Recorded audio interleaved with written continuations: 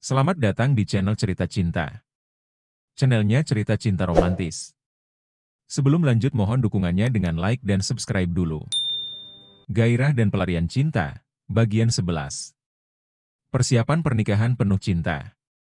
Pramudia sedang menerima telepon, dia sangat serius berbicara dengan Prima, anak sulungnya. Supaya tidak terdengar oleh istrinya, Sekar. Pramudia sengaja menerima telepon itu di ruang kerja. Setelah sebelumnya dia kunci terlebih dahulu dari dalam. "Ya nak, gimana dengan rencana kamu selanjutnya?" ucap Pramudia senang setelah tadi siang ia mengabarinya. "Sudah bertemu Cinta dalam keadaan sehat dan baik-baik saja."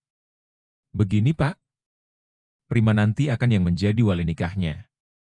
Nanti Papa tulis pernyataan di atas materai, melimpahkan hal perwalian untuk Cinta pada Prima, supaya nanti Mama tidak curiga." "Pak," sahut Prima menjelaskan rencananya. "Kalau begitu Papa ikuti rencana MU, kamu segera persiapkan secepatnya pernikahan mereka, nak. Papa sangat mendukung rencana kamu, itu demi nama baik Cinta dan kehormatan nama keluarga juga." Ucap Pramudia memberikan izin pada Prima, anak sulungnya, untuk menjalankan rencananya. "Siap, Pak. Besok Prima ke kantor Papa, sekalian minta izin Papa menjadi wali nikah untuk Cinta." Iya Pak. Jangan sampai Mama tahu rencana kita ini, Pak, supaya tidak sampai mengacaukan. Bahkan menggagalkan pernikahan Adit dan Cinta," kata Prima senang dengan izin dari papanya. "Iya, nak. Pasti Papa usahakan masalah ini, tidak akan sampai Mamamu tahu.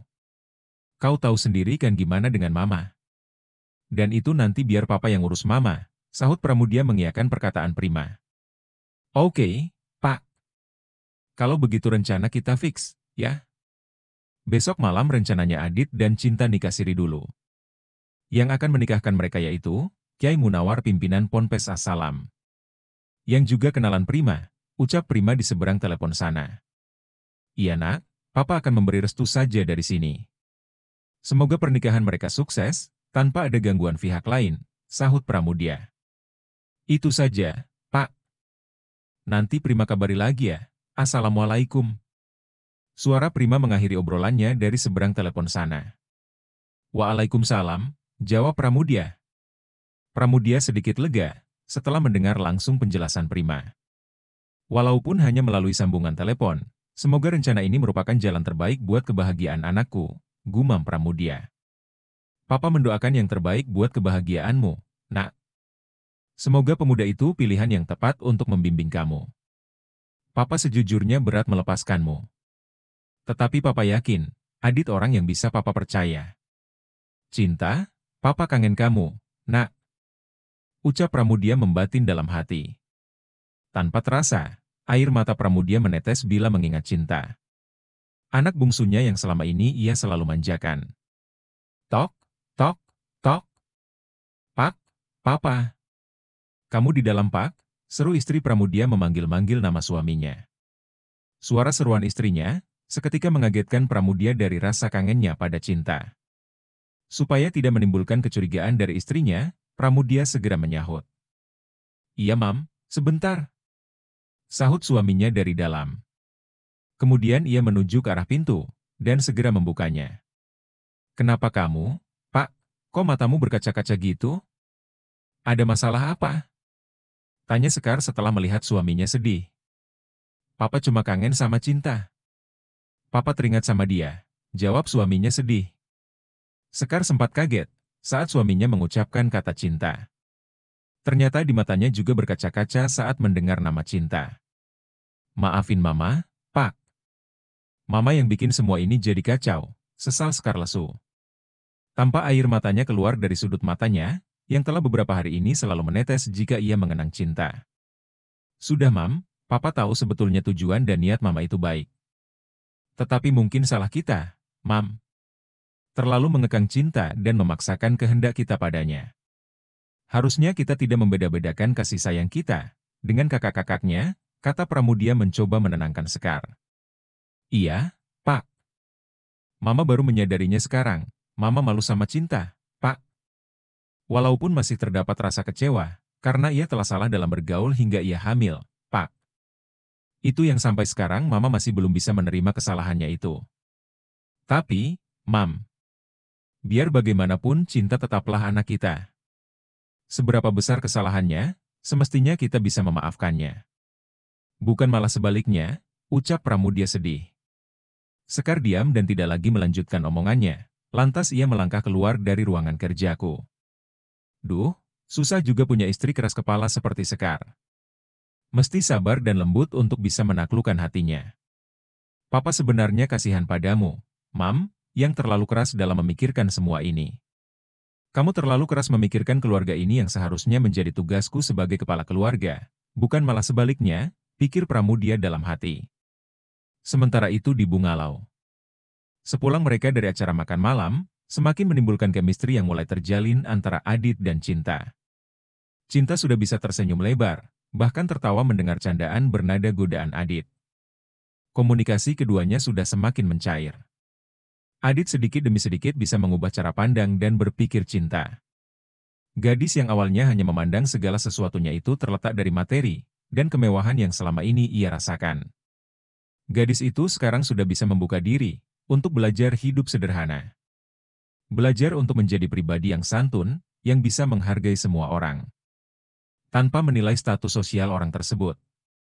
Saat ini mereka berdua sedang berada di dalam kamar bungalow di penginapan, di kawasan Puncak Bogor.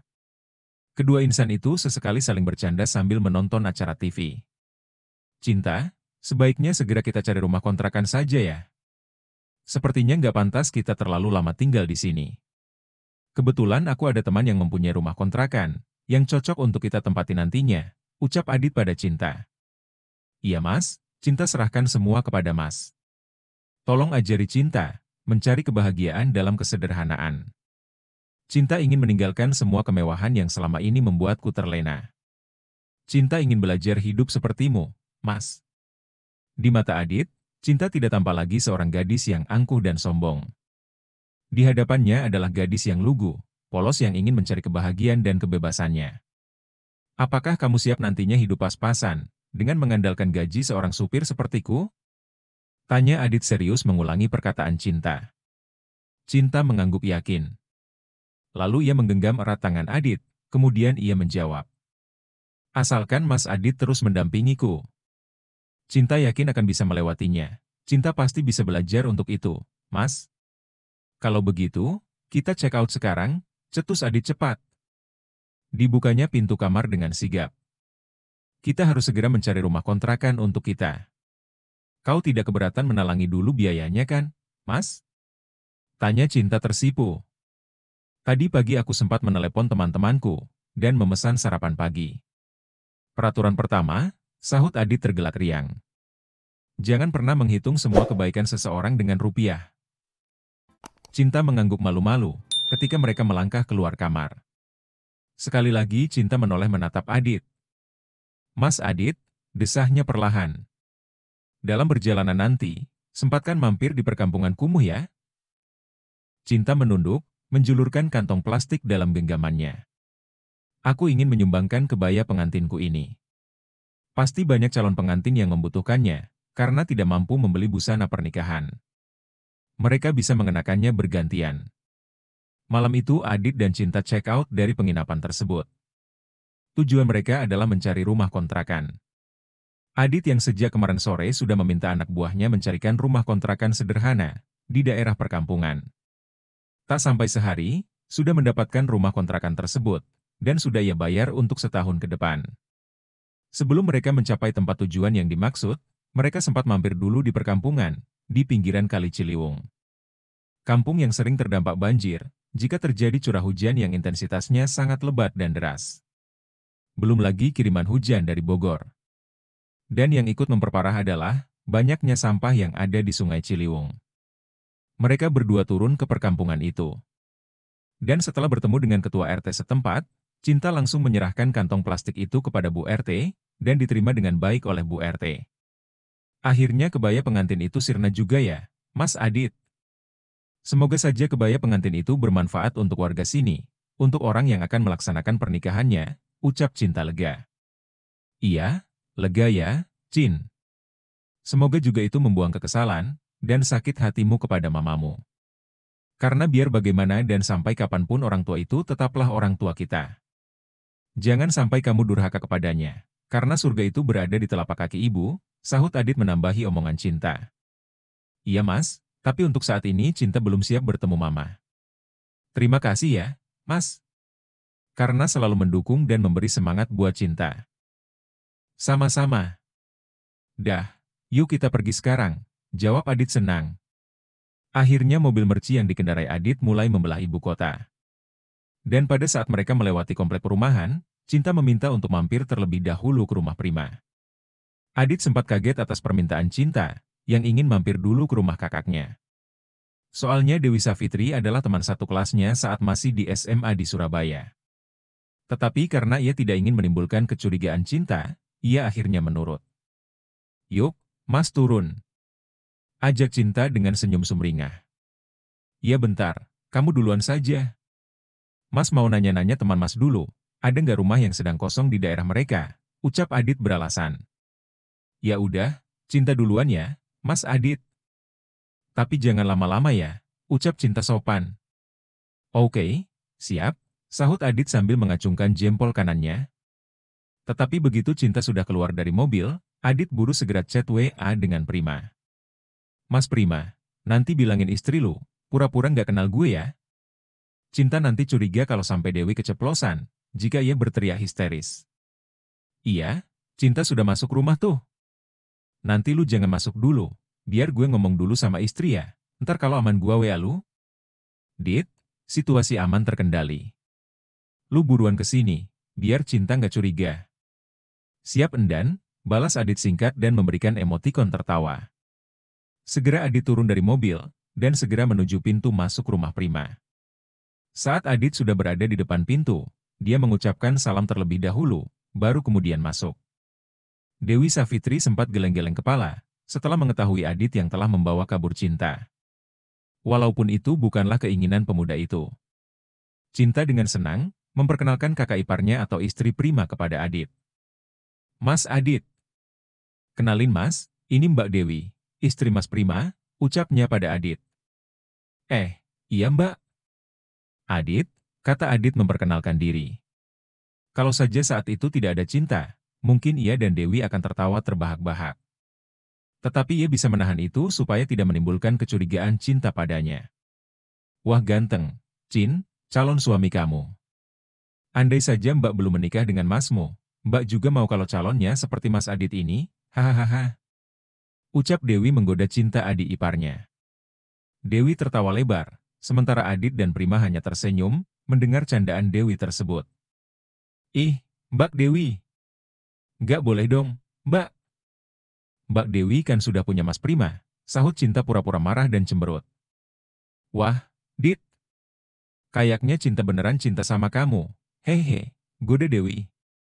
Prima dan Adit hanya senyum-senyum, sementara Cinta tersipu malu digoda terus sama Dewi kakak iparnya. Dah, lebih baik malam ini kalian nginep di sini dulu. Ada yang mau Mas omongin ke Adit, tapi awas ya, nggak boleh sekamar kalian berdua. Mas, siapin kamar tamu buat Adit, dan kamu Cinta, di kamar atas ya. Cinta mengangguk. Yuk, bantu Mbak bersihin kamar tamu. Buat pangeranmu tidur, bisik Mbak Dewi pada Cinta. Cinta pun mengekor mengikuti Dewi, merapikan kamar tamu untuk Adit tempati malam ini. Sesaat setelah Dewi dan Cinta pergi, Prima dan Adit berbincang-bincang membahas rencana akad nikah, yang sudah dipersiapkan oleh Prima nanti besok pagi. Sebaiknya lu berdua secepatnya nikah besok, biar nanti kalian bisa tinggal satu atap tanpa firnah. Tetapi akad nikah dulu secara agama, alias nikah siri, sampai Cinta melahirkan. Dan jika kalian memang saling mencintai satu sama lain, kamu mesti menikahinya secara resmi, secara agama dan hukum. Lu paham kan, Dit? Jika memang kalian berdua ingin melanjutkan pernikahan ini. Kalau gue ngikut aja, bro. Jika memang itu yang terbaik buat Cinta, besok pun gue siap. Tapi untuk urusan semuanya gue percayain sepenuhnya pada lu, Mas. Lu berdua duduk manis saja ya, semuanya biar gue yang ngatur. Cuma lu siapin saja cincin nikahnya untuk besok, beli yang paling sederhana aja, jangan mencolok. Biar bagaimanapun Cinta itu pintar, ia bisa tahu perhiasan yang mewah atau sederhana, Dit. Iya, nanti gue beli yang sederhana saja. Iya mas. Gimana dengan papa dan mama sendiri? Apakah mereka setuju dengan rencana ini? Tanya Adit kemudian. Kalau papa jelas mendukung sekali, tapi mama memang sengaja kami rahasiakan masalah ini. Dit, jawab Prima. Akhirnya obrolan malam itu mereka sudahi, dengan berbagai rencana pernikahan mereka besok. Keesokan harinya. Hari ini merupakan hari kelima, setelah kaburnya Cinta dari rumah. Kandungan Cinta pun, sudah memasuki usia kehamilan 2 bulan 10 hari. Itu yang membuat Prima, secepatnya mengurus pernikahan mereka. Rencananya nanti sore, mereka akan melangsungkan akad nikah di sebuah pondok pesantren. Sejak subuh tadi, Cinta sudah bangun, mengerjakan ibadah dan ikut membantu Dewi, menyiapkan sarapan pagi. Mulailah belajar untuk menjadi istri untuk Adit, Cin, ujar Dewi membuka obrolan mereka. Mbak yakin, Adit pilihan yang tepat untuk kamu dan anakmu. Dia itu pria yang bertanggung jawab, dan bisa membimbingmu. Cinta hanya mengangguk. Ada segurat rona merah di wajahnya saat Dewi memuji Adit. Karena apa yang dikatakan kakak iparnya itu adalah benar, ia sendiri bisa merasakan ketulusan dari Adit. Semua perhatian kepadanya itu tidak dibuat-buat, dan sikapnya yang lembut itu yang membuatnya bisa nyaman, dan tenang bila berada di samping Adit. Semoga kalian berdua menjadi pasangan sejati. Saling menyayangi, sampai kematian memisahkan kalian berdua. Lupakanlah masa lalumu, Cin. Tatap masa depanmu bersama Adit. Kuncinya adalah keterbukaan, dan saling mendukung satu sama lain. Mbak yakin, jika itu yang kalian lakukan seberat apapun, ujian ataupun masalahnya akan bisa kalian lewati dengan baik. Iya Mbak. Makasih ya Mbak. Jujur, walaupun di hati Cinta belum sepenuhnya mencintai Mas Adit, tetapi Cinta berusaha membuka hati Cinta untuk Mas Adit. Nah, itu baru adik ipar Mbak yang cantik dan pintar. Pasti Mbak dukung kok. Dah kita lanjut siapin sarapan buat pangeran-pangeran kita. Cin, sambung Dewi. Mereka kemudian mempersiapkan sarapan pagi. Cinta diberi tugas untuk memanggang roti, sementara Dewi mempersiapkan omelet sapi, yang merupakan makanan favorit suami dan anaknya. Mereka pun sarapan pagi dengan canda dan tawa. Suasana yang sangat akrab dan penuh kemesraan, dan itu sedikit bisa menambah semangat buat Cinta, termasuk Adit, untuk memulai awal rumah tangga mereka kelak. Saat sarapan pagi itu juga, Prima membicarakan perihal rencananya untuk nanti sore. Cinta tanpa ada protes, mengangguk saja saat ditanya kesediaannya untuk prosesi akad nikah. Cincin untuk akad nikah pada awalnya Adit yang ingin membeli. Tetapi Cinta kekeh ingin ikut serta. Sekaligus mencoba langsung, biar pas di jari tangannya. 1 jam kemudian, mereka berdua telah berada di dalam toko emas. Mereka berdua disambut dengan sangat ramah oleh pelayan toko, dengan menawarkan beberapa bentuk cincin.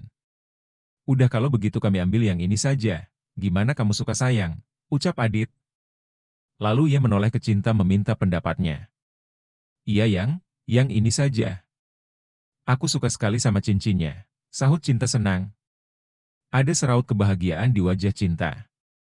Saat tanpa sengaja Adit memanggilnya dengan kata sayang barusan. Walau sederhana tetapi terasa sampai di hati Cinta. Begitupun yang dirasakan oleh Adit, kata sayang dari Cinta seakan melambungkan rasa yang ada di hatinya. Jantungnya tiba-tiba berdegup kencang, mendengar kata singkat, tetapi bermakna baginya. Maklum baru pertama kali mereka berdua mengucapkan kata itu. Walau tanpa mereka persiapkan, tetapi perkataan yang spontan itu menimbulkan percikan-percikan romantisme di antara mereka berdua. Sempat mereka berdua terdiam, saling menatap dengan pandangan yang dalam. Seakan mereka berdua sedang menautkan hati mereka berdua. Untuk saling menumbuhkan benih-benih asmara, yang mulai merekah dan tumbuh di hati keduanya. Maaf Bapak, Ibu, tegur pelayan toko itu ramah. Seketika membuat Adit dan Cinta tersadar, Adit garuk-garuk kepala sementara Cinta tersipu malu menundukkan kepala. Iya Mbak. Maaf ya, sahut Adit gelisah. Cincinnya bisa dilepas sebentar, mau dibuatin terlebih dahulu surat-suratnya. Dan nanti Bapak atau Ibu bisa bayar di kasir sebelah. Adit dan Cinta melepas cincin emas putih, yang sesaat lalu mereka coba. Kemudian mereka menyerahkan kepada pelayan toko tersebut. Akhirnya setelah menunggu beberapa menit, selesai juga urusan mereka membeli cincin kawin. Dan mereka kemudian melangkah bergandengan tangan, dengan wajah penuh bahagia menuju parkiran. Di mana mobil Mercy Adit terparkir di sana. Mas, cincin tadi berapa harganya? Tanya Cinta penasaran, saat mereka sudah berada di dalam mobil. Nggak mahal kok, masih cukuplah dengan gaji dan bonus mas. Udah jangan pikirin terus apa-apa dengan rupiah. Ingat peraturan pertama kemarin, jawab Adit tenang. Iya, mas. Cinta senang banget hari ini. Semoga lancar ya mas nanti akad nikah kita, sambungnya. Iya, kita sambil berdoa supaya tidak ada halangan. Dan pernikahan kita ini mendatangkan kebahagiaan buat kita. Amin, sahut Cinta senang. Tapi mereka tidak menyadari, sejak tadi mereka telah diikuti. Bahkan kemesraan mereka di toko emas itu diabadikan oleh orang tersebut dengan memfoto mereka berdua. Bersambung.